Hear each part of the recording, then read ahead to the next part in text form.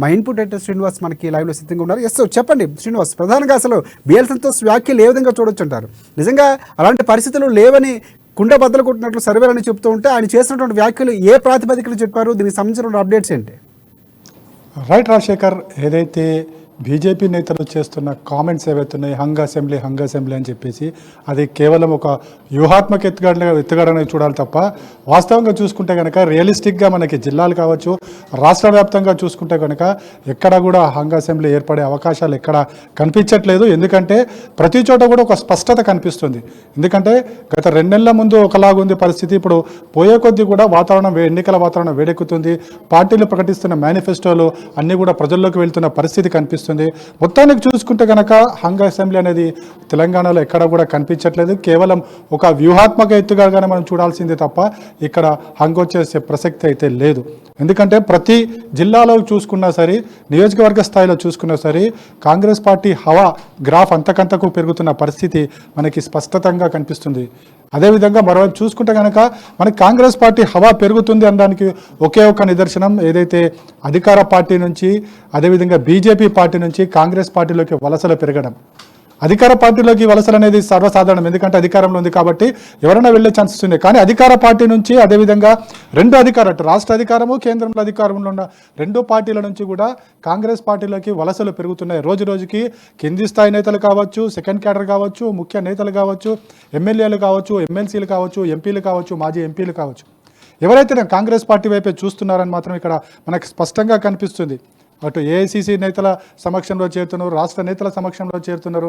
మొత్తానికి చూసుకుంటే కనుక ప్రతి జిల్లాని ఒక్కోసారి మనం పరిశీలిస్తే ప్రతి జిల్లాలో కూడా కాంగ్రెస్ గ్రాఫ్ అంతకంతకు పెరుగుతున్న పరిస్థితి. ముఖ్యంగా చూసుకుంటే కనుక ఈ 6 గ్యారంటీల కార్డు ఎప్పుడైతే తీసుకొచ్చారో ఆ తర్వాత కాంగ్రెస్ పార్టీ పరిస్థితి అమాంతం పెరుగుతున్న పరిస్థితి, ఇతర పార్టీల్లో ఒక ఆందోళన నెలకొన్న పరిస్థితి మనం చూస్తున్నాం. గత కొద్ది రోజులుగా కూడా ఎప్పుడైతే కాంగ్రెస్ పార్టీ 6 గ్యారంటీల పథకాలు ప్రకటించిందో అప్పటి నుంచి కూడా కాంగ్రెస్ పార్టీని ప్రధానంగా టార్గెట్ చేస్తూ మంత్రి హరీష్ రావు కావచ్చు, కేటీఆర్ కావచ్చు, కేసీఆర్ కావచ్చు, లేకుంటే శ్రీనివాస్ గౌడ్ కావచ్చు, మరికొందరు మంత్రులు కావచ్చు, కేవలం కాంగ్రెస్ పార్టీని టార్గెట్ చేస్తున్నారంటే వాళ్ళు ఒక ఆత్మ సంరక్షణలో పడ్డారని చెప్పేసి తెలుస్తుంది. ఎందుకంటే ఎప్పుడైతే డిఫెన్స్లో పడతారో అప్పుడే ఆ పార్టీని టార్గెట్ చేయడం కనబడుతుంది. ఎందుకంటే కాంగ్రెస్ పార్టీ తీసుకొస్తున్న 6 గ్యారంటీ పథకాలు ఏవైతే ఉన్నాయో ఆల్రెడీ కర్ణాటకలో సక్సెస్ దిశలో ఆ పార్టీ 100 రోజుల్లో అమలు చేసి చూపించింది. కాబట్టి ఇవన్నీ కూడా ఇక్కడ కూడా తెలంగాణలో వస్తే కనుక ఖచ్చితంగా ఇవన్నీ కూడా అమలు అవుతాయి అని చెప్పేసి కూడా ఓటర్లలో ఒక అభిప్రాయం అయితే నెలకొందని చెప్పేసి కూడా అటు బీఆర్ఎస్ పార్టీ నేతలే చెబుతున్న పరిస్థితి కనిపిస్తుంది. ఎందుకంటే ఇందుకు నిదర్శనమే కాంగ్రెస్ పార్టీలో బీఆర్ఎస్ పార్టీ నుంచి చేరుతున్న నేతల సంఖ్య ఎక్కువగా కనిపించడమే ఇందుకు నిదర్శనంగా మనం భావించాల్సి ఉన్నది. ప్రతిసారి కూడా ప్రతిరోజు కూడా కాంగ్రెస్ పార్టీ తన హవాను పెంచుకుంటూ పోతుంది. ఇప్పటికి కూడా కాంగ్రెస్ పార్టీకి సంబంధించి అభ్యర్థుల ప్రకటన ఎక్కడ జరగలేదు ఒకసారి గమనిస్తే మనం. కానీ కాంగ్రెస్ పార్టీ సొంతంగానే తన గ్రాఫ్ను పెంచుకుంటుంది. ఒకవేళ నేతలు బరిలోకి వచ్చిన తర్వాత, అభ్యర్థులు రంగంలో దిగిన తర్వాత పరిస్థితి మరింత పాజిటివ్ అవుతుందే తప్ప ఎక్కడ నెగిటివ్ కాదని చెప్పేసి కూడా విశ్లేషకులు చెప్తున్నారు. ప్రతి జిల్లాను తీసుకున్నప్పటికీ కూడా ఇంకోటి మనం ప్రధానంగా చూసుకుంటే ముందు నుంచి కూడా ఎక్కడ కూడా అభ్యర్థులు ప్రకటన బీజేపీ పార్టీకి చాలా వరకు రాష్ట్రంలో బీజేపీ అభ్యర్థుల కొరతతో ఉన్నటువంటి పరిస్థితి కూడా ఉంది. కానీ ఇక్కడ పూర్తిగా అభ్యర్థులు ప్రకటన జరగలేదు, దరఖాస్తుల స్వీకరణ మాత్రమే తీసుకున్నారు. కొత్తగా అది కూడా ఏడాది నుంచి స్టార్ట్ చేసినటువంటి పరిస్థితి ఉంది. సో ఇలాంటి పరిస్థితుల్లో ఈ బిఎల్ సంతోష్ వ్యాఖ్యలు అనేవి బీజేపీ పార్టీ కొంతవరకు నష్టం చేకూర్చే అవకాశం ఉంది. ఎందుకంటే బీటీఎంగా ఉన్నటువంటి ఒక పార్టీ ఉన్నటువంటి చెప్పుకున్న నేపథ్యంలో బీఆర్ఎస్ బీజేపీకి ఉన్నటువంటి మిత్రపక్షాన్ని మరొకసారి తేడతెల్లం చేసే విధంగా వ్యాఖ్యలు ఉన్నాయని కూడా విశ్లేషకులు చెప్తున్నారు అనమాట. సో ఇది ఎంతవరకు కలిసి వచ్చే అవకాశం ఉంది అనుకోవచ్చు? అంటే మిగతా పార్టీలకు కలిసి వచ్చే అవకాశం ఎంతవరకు ఉంది? బీజేపీ పార్టీకి ఎంతవరకు నష్టం చేకూర్చే అవకాశాలు ఉన్నాయి?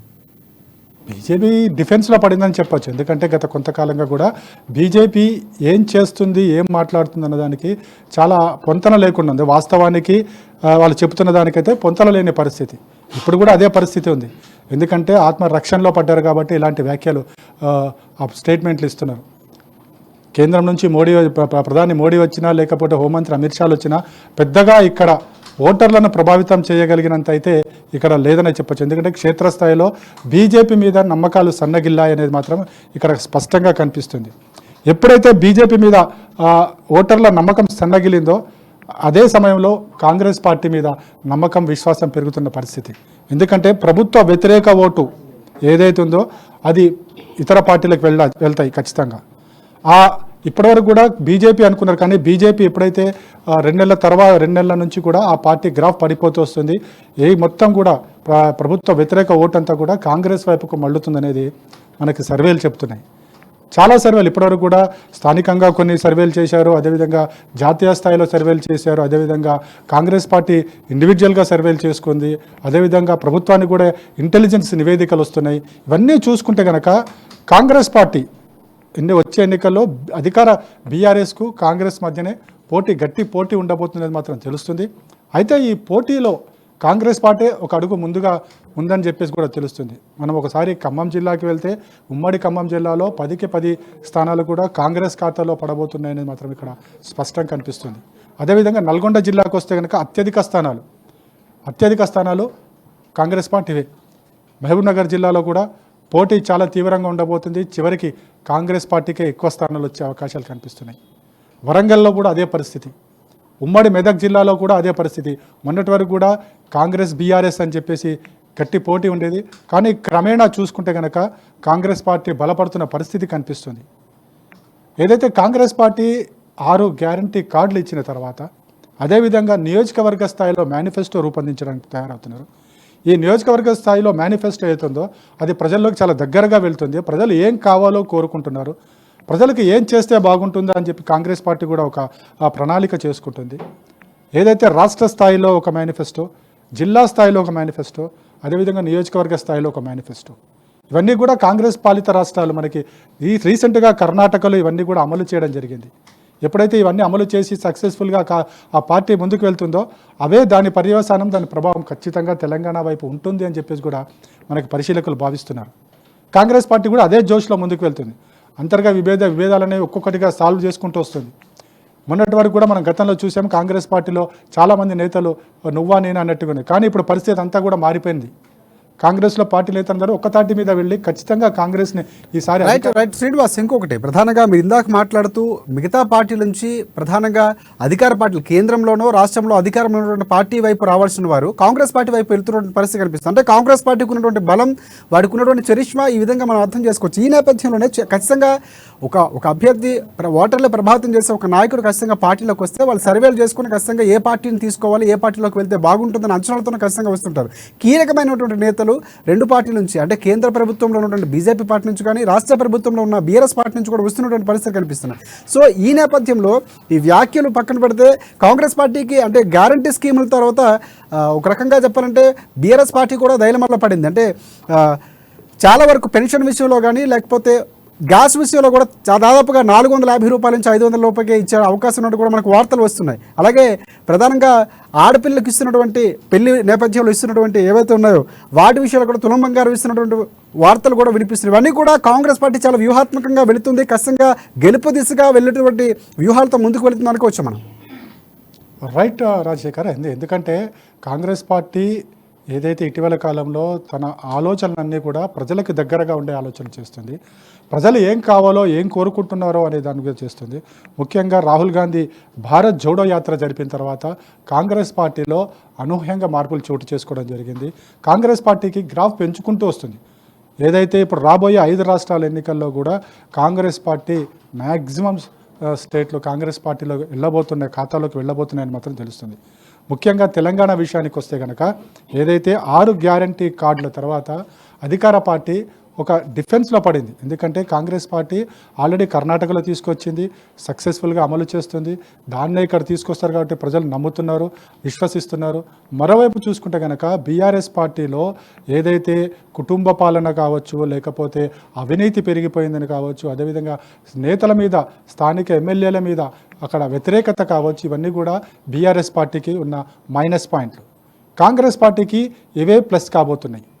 ఏదైతే ప్రజల్లో అంతకంతకు తన గ్రాఫ్ పెంచుకోవడం కావచ్చు, అదేవిధంగా ప్రభుత్వ వ్యతిరేకత కావచ్చు, అవన్నీ కూడా కాంగ్రెస్ వైపు మళ్ళబోతున్నాయి. మనం ఒకసారి చూసుకుంటే కనుక ఏదైతే కాంగ్రెస్ పార్టీ 6 గ్యారంటీ స్కీములు తీసుకొచ్చిందో ఈ 6 గ్యారంటీ స్కీములను చూసి కూడా ఇప్పుడు బీఆర్ఎస్ పార్టీ ఆందోళన చెందుతుంది. కాబట్టి తన మేనిఫెస్టోను లేట్ చేసుకుంటూ వచ్చింది. ఈ నెల 16న మేనిఫెస్టో రూపొందిస్తామో, అన్ని పార్టీని తలదిన్నెలా రూపొందిస్తామంటేనే ఇది ఏదైతే కాంగ్రెస్ పార్టీ తీసుకొచ్చిన గ్యారంటీ కార్డులను దృష్టిలో పెట్టుకుని మరింత లబ్ధి చేకూర్చే ప్రయత్నంగానే చేస్తుంది. ఎందుకంటే మనకి రైతులకు కూడా ఏదో పెన్షన్లు ఇవ్వాలి, నెలవారీ పెన్షన్లు ఇవ్వాలి అని చెప్పేసి ఆలోచన చేస్తుంది. అదేవిధంగా ఏదైతే ఇప్పుడు ఇస్తున్న పథకాల్లో ఇంకా దాని అమౌంట్ పెంచాలి అనే ఆలోచన కావచ్చు. ఇట్లాంటివన్నీ కూడా ఇటు కాంగ్రెస్ తీసుకొచ్చిన ఏవైతే గ్యారంటీ స్కీమ్స్ ఉంటాయో వాటిని చూసుకునే ఇప్పుడు బీఆర్ఎస్ పార్టీ తన ఆలోచనలు కూడా అంతా మార్చుకోవడం జరిగింది. అంటే కాంగ్రెస్ పార్టీ ఇప్పుడు బీఆర్ఎస్కు ఒక దిక్సూచిలాగా పనిచేస్తుందని చెప్పొచ్చు. ఎందుకంటే కాంగ్రెస్ని చూసి ఇప్పుడు బీఆర్ఎస్ పార్టీ ఏమేమి మార్పులు చేసుకోవాలన్న దాని మీద వాళ్ళు దృష్టి సారించారు. అంటే మొత్తానికి చూసుకుంటే కనుక కాంగ్రెస్ పార్టీ బీఆర్ఎస్ పార్టీ కంటే ఒక అడుగు ముందులోనే ఉంది, అధికారం దిశలో వెళ్తుంది అనేది మాత్రం ఇక్కడ పార్టీ నేతలే చెప్తున్నారు. ఎందుకంటే మొన్న party PCC chief Revanth Reddy మాట్లాడుతూ కూడా కాంగ్రెస్ పార్టీకి ప్రస్తుతం ఉన్న పరిస్థితుల్లో దాదాపు 80+ స్థానాలు మాత్రమే కాంగ్రెస్కి రాబోతున్నాయని చెప్పేసి కూడా స్పష్టం చేయడం జరిగింది. అంటే మరింతగా రోజులు పెరిగే కొద్దీ కాంగ్రెస్ పార్టీ ప్రజల్లోకి వెళ్ళే కొద్దీ, అదేవిధంగా ఎన్నికల నోటిఫికేషన్ షెడ్యూల్ వచ్చిన తర్వాత, కాంగ్రెస్ పార్టీ అభ్యర్థుల ప్రకటన తర్వాత ఇంకా మరింత ప్లస్ అవుతుంది అని చెప్పేసి కూడా కాంగ్రెస్ పార్టీ భావిస్తుంది. చాలా ధీమాతో కూడా నేతలు ఉన్నారు. సో మొత్తానికి చూసుకుంటే కనుక రాష్ట్రంలో హంగ్ అసెంబ్లీ అనేది ఎక్కడా ఉండబోదు. ఖచ్చితంగా కాంగ్రెస్ పార్టీ అధికారంలోకి వస్తుంది అనే ఒక అదైతే కాంగ్రెస్ పార్టీ నేతల్లో అయితే స్పష్టంగా కనిపిస్తుంది రాజశేఖర్.